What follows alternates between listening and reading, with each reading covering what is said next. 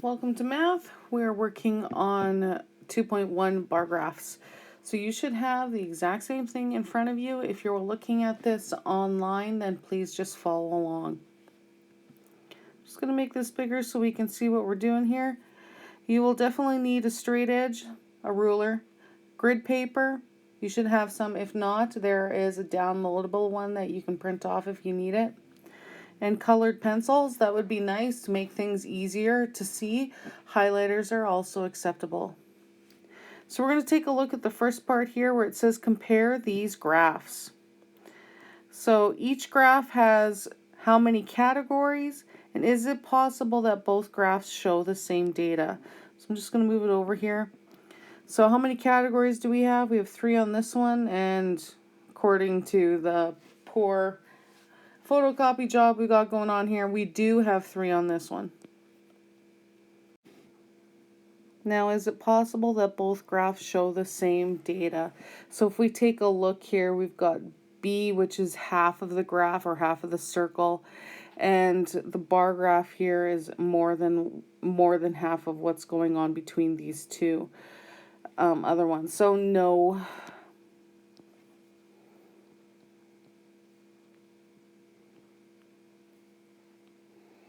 In the circle graph,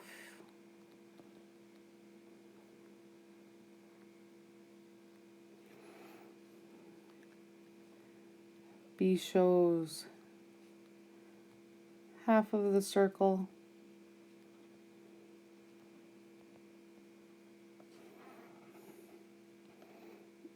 and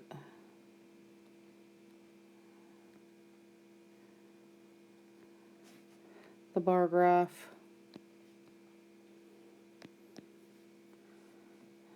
B is more than half.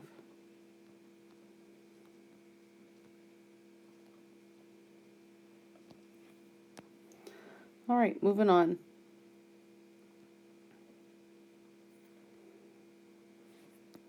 So Amy is a conservation officer. She educates people about problem bears. These are bears close to food in populated areas. What information can Amy get from this graph? So if we take a look at the graph here, I'll make it bigger so we can all see it. So we've got our titles, number of bears. We've got our title down here, which is years, all of the years here. And the lightly grayed are grizzly bears, and the dark ones are the black bears. And so these are the problem bears. So in 1992, it was black bears who were the most problems. In 1995, it was the grizzly bears. And as we go along, it just remains the black bears, but you can see they're not as much of a problem. Here we show a break, showing that we're not using any of the years from 0 all the way to 1992. That would be redundant in terms of we don't need that information. So we're going to take a look at the questions that it's asking us. So it says describe the data in this double bar graph. So first of all, it is a double bar graph because for each year there are 2 sets of data, one about the grizzly bears and one about the black bears. And that's what's really nice about bar graphs, that you can include that. You can also include a triple bar graph for each as well, but you have to make sure that your alignment in terms of your information, so that way if for say it was about a year, that it's centered beneath or beside the information that you're trying to display. So the categories on the horizontal axis are the years. The 2 groups of data are the number of grizzly and black bears.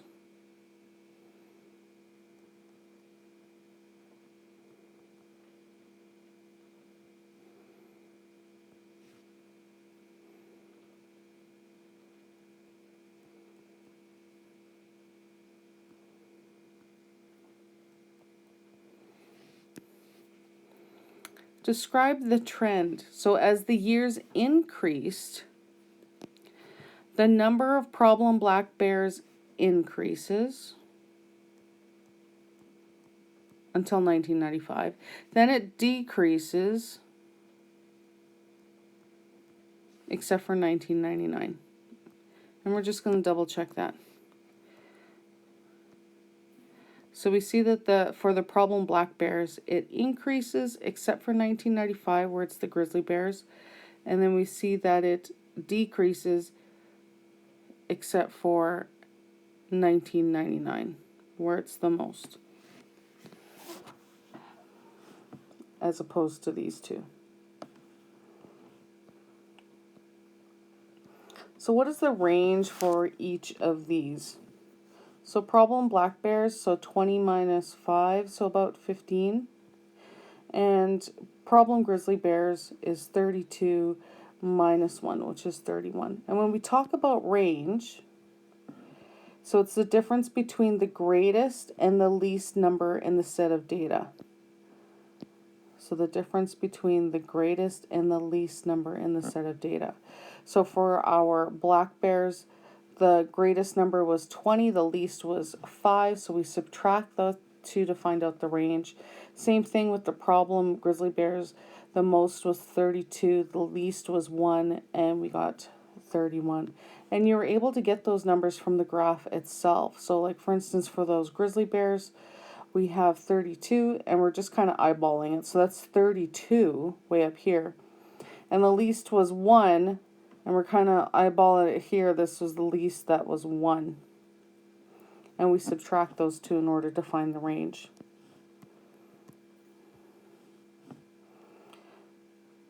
Next it says, circle the correct word. The greater range means that the number of problem of grizzly bears changed more or less than that of the black bears. So it means that it changed more. So that there was more of a range, that there was more of a difference between that of the black bears.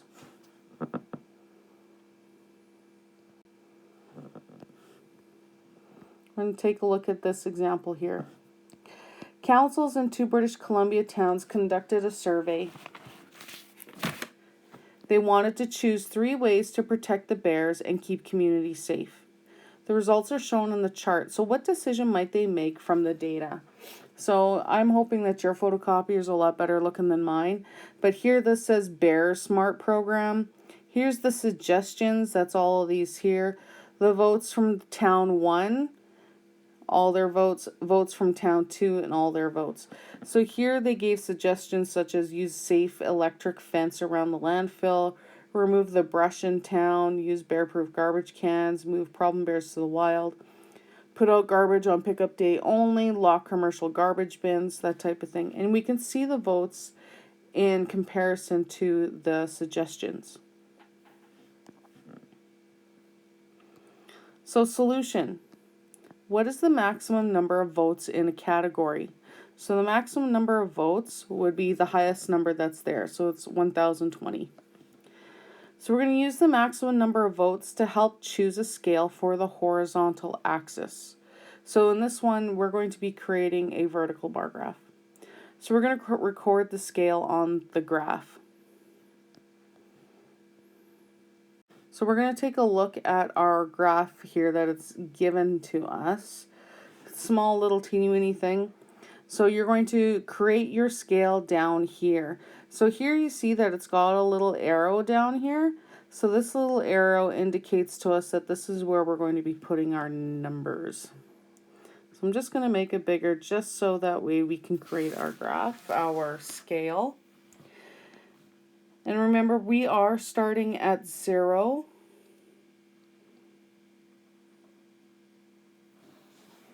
So 0. And we're going to make our lives a little bit easier. We're going to go by hundreds. So 100, 200, 300, 4, And I want you to make sure that you're doing the same thing on yours, please.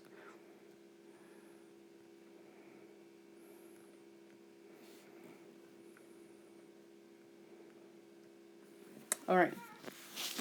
So we've got that already filled out. Make sure that you've got that filled out on yours too.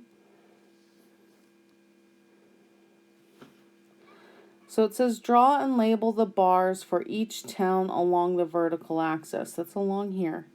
Shade to show the town for each bar. Use a legend to show which bars give the data for each town and complete the double bar graph. So we're going to do that for each one. And we're going to put our legend, oops, not there.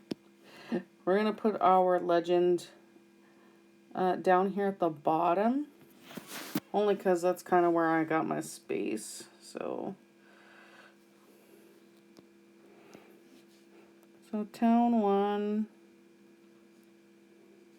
and I'm going to put a box, and then town 2, and I'm going to put a box, and I'm going to color them different colors. So town 1 is going to be blue.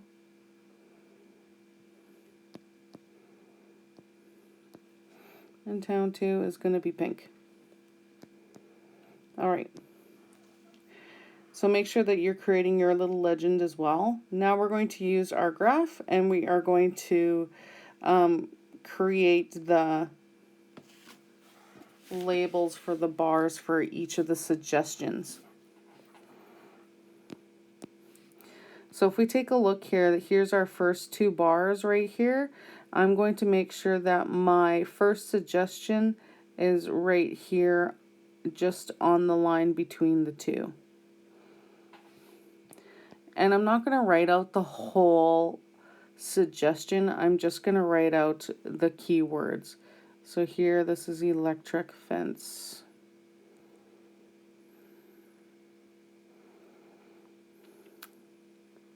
And I'm going to skip this one, and I'm going to put the next one right here, only to try and keep things as neat as possible.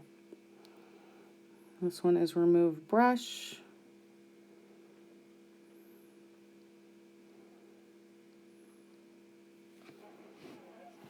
And I'm just going to fill in the rest. Okay, I filled in mine.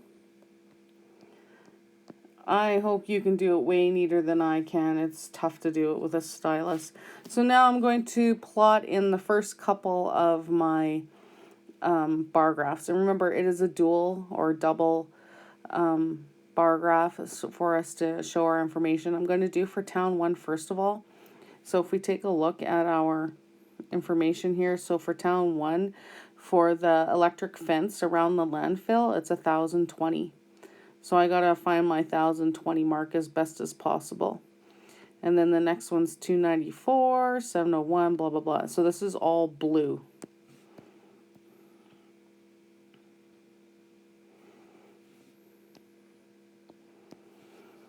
So I'm gonna do it as best as I can. 1,020. It's gonna be like really low, like that. And then our next one is 294, so it's almost 300.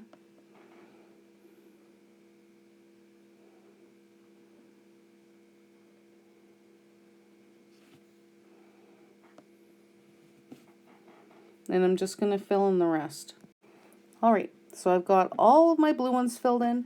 So now I'm going to fill in for my pink ones. And remember, this is information from town 2. So we look at town 2 information, and it says here for the electric fence, it's 711, then 47, 710, 479, so on. So I'm going to fill in that information as best as I can. It's not going to be totally accurate, but at least it'll give me a good representation of what the data looks like. So for the electric fence, it was 711. So it's just barely there. Let's make that a little bit better. So like that. There. So I've got town 2 there, and you can see that there is a space between this pink one and this blue one, just so that we know that this information all belongs to the electric fence one. So I'm going to fill in for the remove the brush. So remove brush in town was 47, not a whole lot. So I'm just going to put it right there, clean it up a little bit. And then I'm just going to fill in the rest for you. All right, I've got the rest all filled in. I know it doesn't look too beauteous or anything like that, but at least we've got an idea. So I'm just going to shrink this down so we can kind of see it a little better. But we're missing some information here. We're missing a title. So we need to put a title here on this particular graph. We're going to call it Bear Smart Program. I'm just going to abbreviate it, Bear Smart Program. This down here are the number of votes. And this over here, these were the suggestions.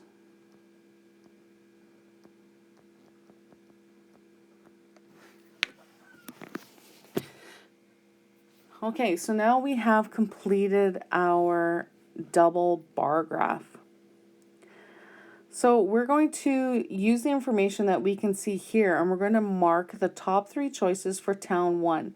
And we're going to use a check mark in order to do that. So the top 3 choices would be the biggest ones that we've got going on here. So for instance, this is this check mark,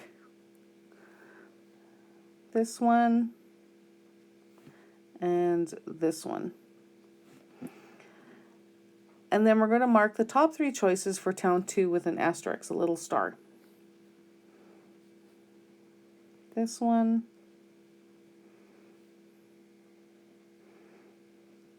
this one, and this one.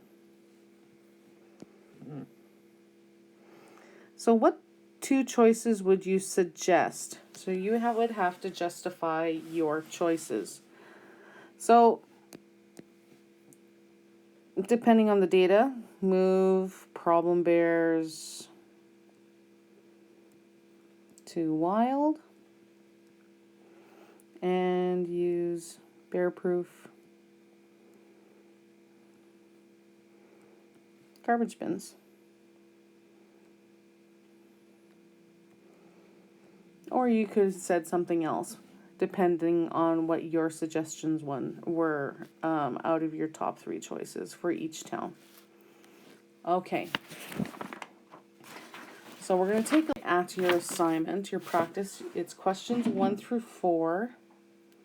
So for the first part, you are taking a look at the bar graph that's here, and you're going to tell me what the range is. Remember, the range is taking the highest number or the greatest number and subtracting it by the lowest number or the smallest number in the graph in order to find the range. So here we have our minimum hourly wage. I'm really hoping that your graph looks way better than mine in terms of being able to see it. So just in case, this is $8.80.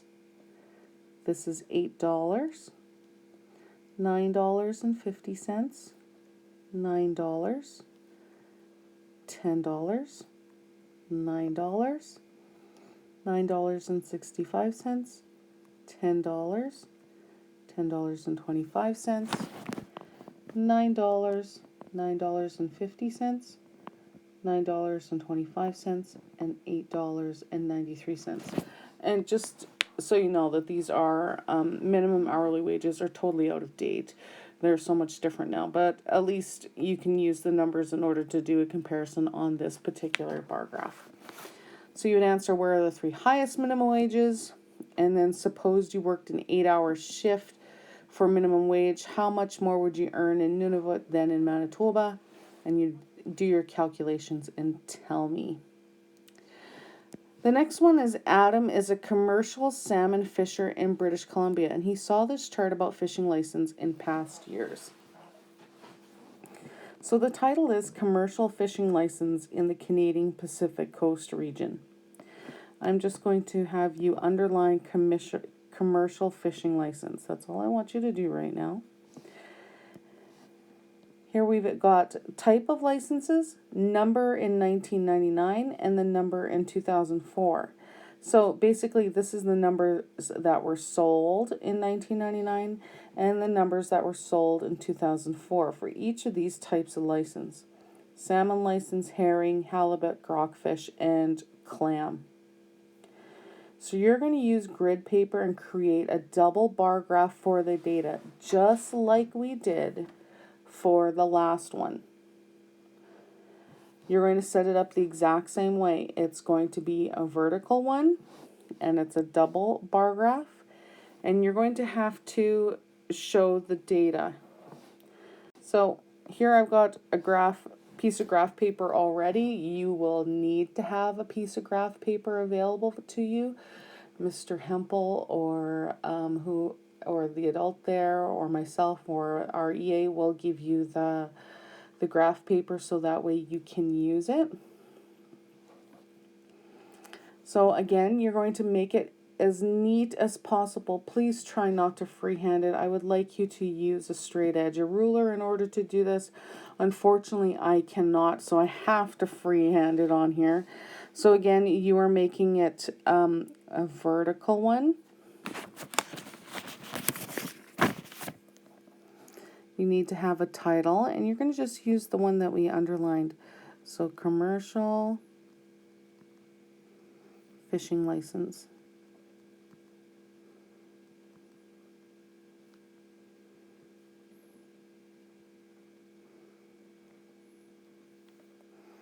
Okay, and then you're just going to create your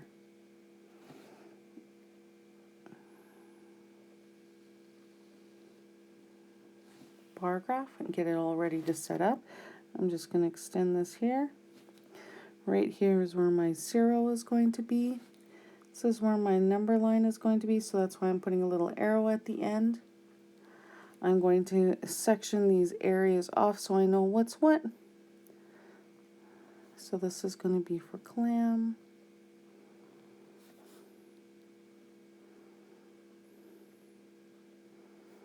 For rockfish. I'm not going to do it all. You guys have to do it on your piece of paper. Halibut.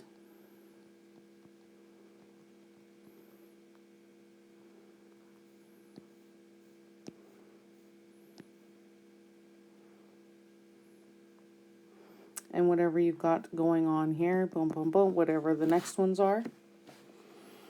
And then you have to choose what your scale is going to be.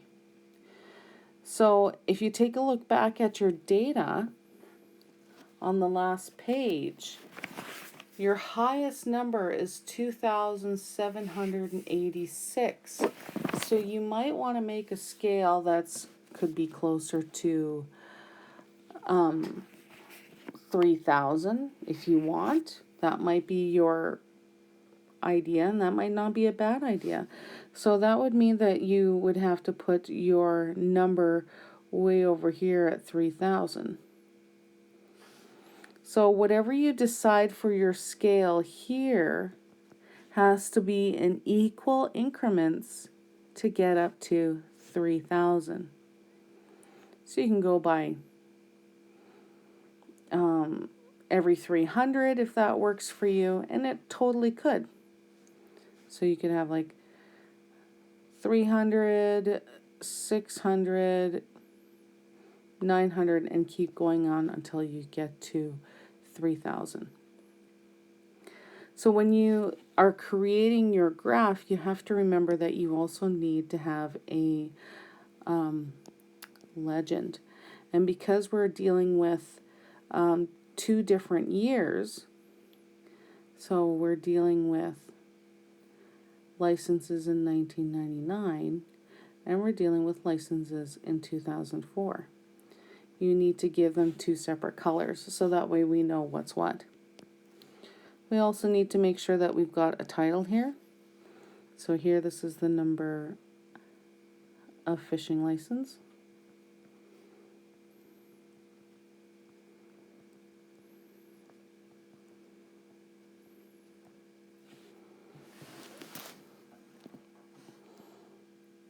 And over here is the type of license.